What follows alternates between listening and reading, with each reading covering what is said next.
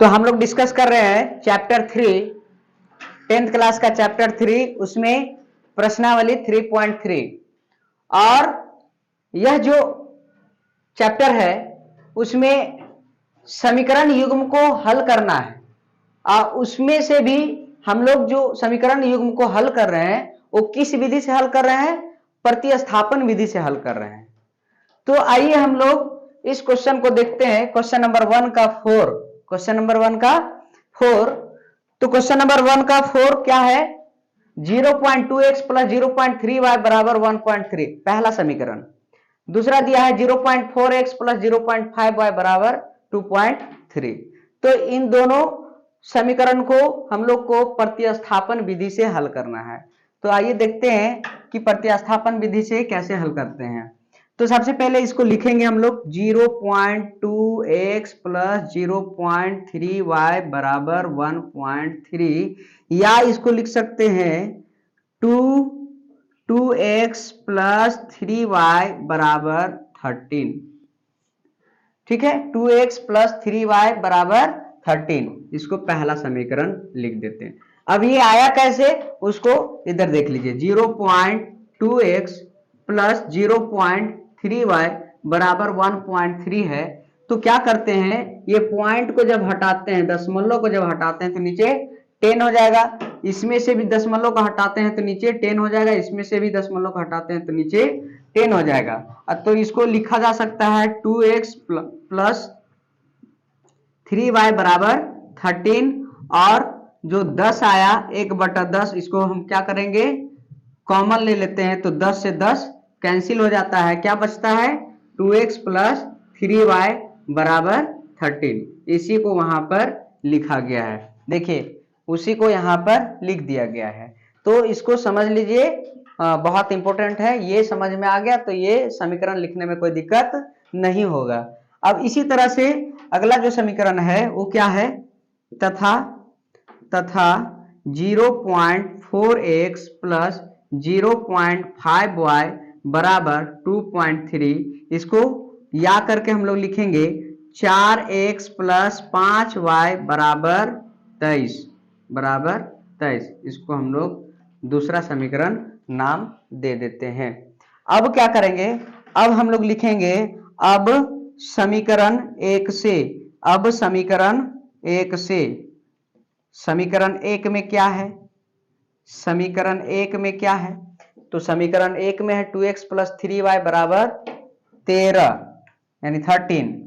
तो लिखेंगे 2x plus 3y बराबर 13, या इसको लिख सकते हैं 2x बराबर 13 माइनस 3y यानी 2x बराबर 13 माइनस 3y। तो x बराबर क्या लिखा जाएगा, 13 माइनस 3y बराबर यानी बट्टा 2, 13 माइनस 3y बट्टा 2, x बराबर इतना लिखा जाएगा। और इसको हम लोग क्या नाम दे देंगे, समीकरण 3। कौन सा नाम दे देंगे, समीकरण 3।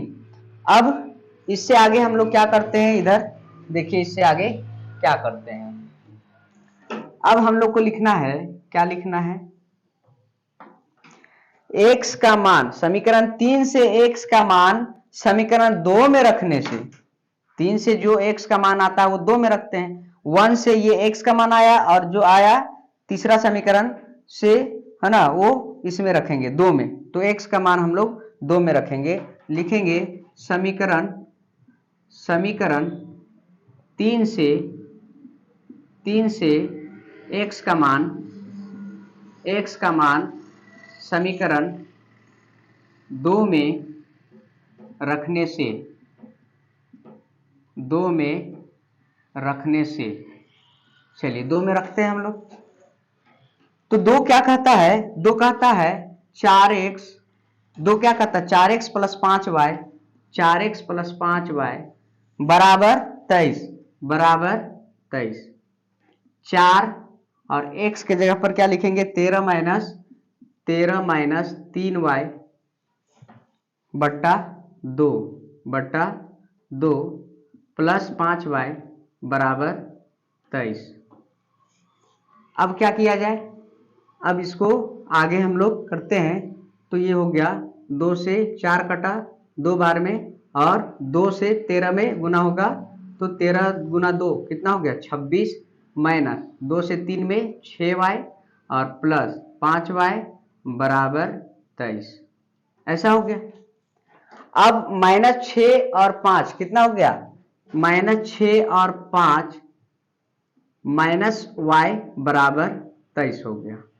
ऐसा -y उधर जाएगा, 23 इधर आया तो कितना हो गया, y बराबर 26 माइनस 23। ऐसा हो गया। तो y बराबर कितना आ गया, 26 में से 23 जाएगा, 3 बचेगा। तो y का मान कितना आ गया, 3।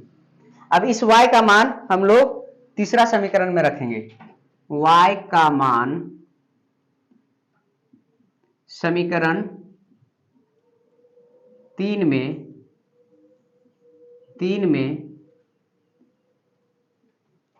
रखने से चलिए 3 में रखते हैं। तो 3 कहता है x बराबर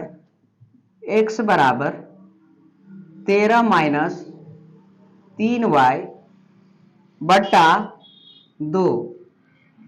x बराबर 13 माइनस 3y बटा 2। y का मान रखेंगे, x बराबर 13 माइनस 3 गुना 3 और बट्टा 2। उसके बाद क्या हो जाएगा, x बराबर ये हो गया 3 से 3 गुना 9, 13 में से 9 घटेगा 4 बचेगा 4, ये 4 बच गया, 4 बटा 2, 2 से कैंसिल हो जाएगा 2 बार में, तो क्या आया, x बराबर 2। x बराबर कितना आ गया, 2। अतः हम कह सकते हैं, अतः x बराबर 2 तथा y बराबर 3। आंसर x बराबर 2 तथा y बराबर 3। इसको अच्छे से आप लोग देख लीजिए यहां से और आराम से उतार करके प्रैक्टिस कीजिए। कहीं दिक्कत हो तो कमेंट कीजिए, और ये सब जब अच्छा लगे तो आप चैनल को सब्सक्राइब कीजिए, ज़्यादा से ज़्यादा शेयर कीजिए।